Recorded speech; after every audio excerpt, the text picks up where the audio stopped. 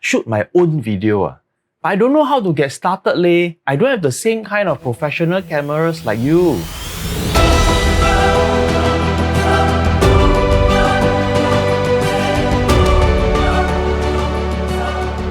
Naturally, I've had a lot of people ask the same kind of questions during Q&As, my education sessions, even in private messages, as to how to even get started, what kind of cameras or gears should they be using.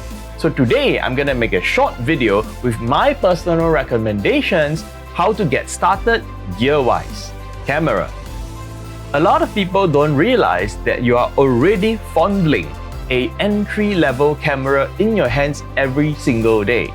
Now, I'm referring to the video mode on your camera phone. In fact, if you set your phone on a tripod, just for filming those talking head style or vlog style of videos, it is actually good enough.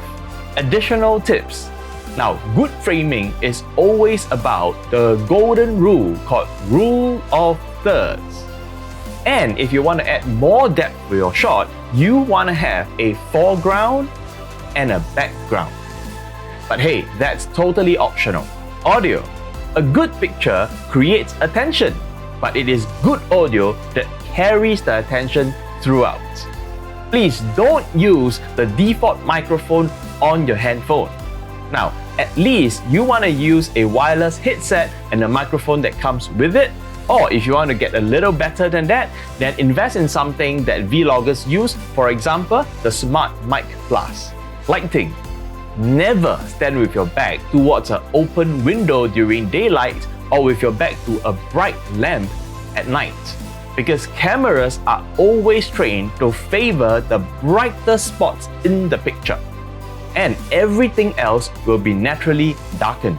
Now, what you want to do is to put a ring light in front of you, or at least a lamp in front of you, preferably at eye level, and switch off your ceiling light and your room light if possible. That's for night shots.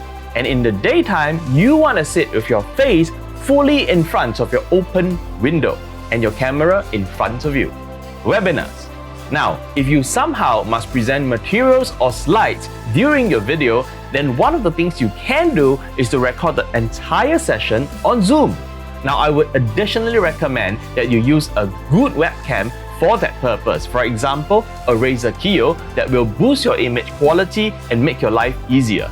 You may also be using Zoom to host webinars. Now, you can actually use external video mixers like OBS Studio or even Ecamm Live to give you more control, more capabilities to your webinar, and also elevate the participant experience over Zoom. Now, before you start commenting below with how about this and how about that, whatever I have just said is just customized according to my preferences and my liking and my needs. You can have your own preference, your own customization, and that's totally fine. There is a rich resource of how-tos, technical instructions, comparisons, tips and tricks on YouTube. There's a lot of awesome content creators out there who do this on a daily basis. What I have to add to this is don't be afraid to buy and try new gear. And don't ever try to get the perfect setup together before you even start making your first video. Look, you will waste money. You will buy gear that you find that don't fit to your setup and you end up not using them, and that's actually fine. Because just like life, how you get the right setup for you put together is just through experience. In the end, the audience doesn't know and doesn't care what setup you use. All they care about is a great visual with great audio. Your first video begins today. See you next week.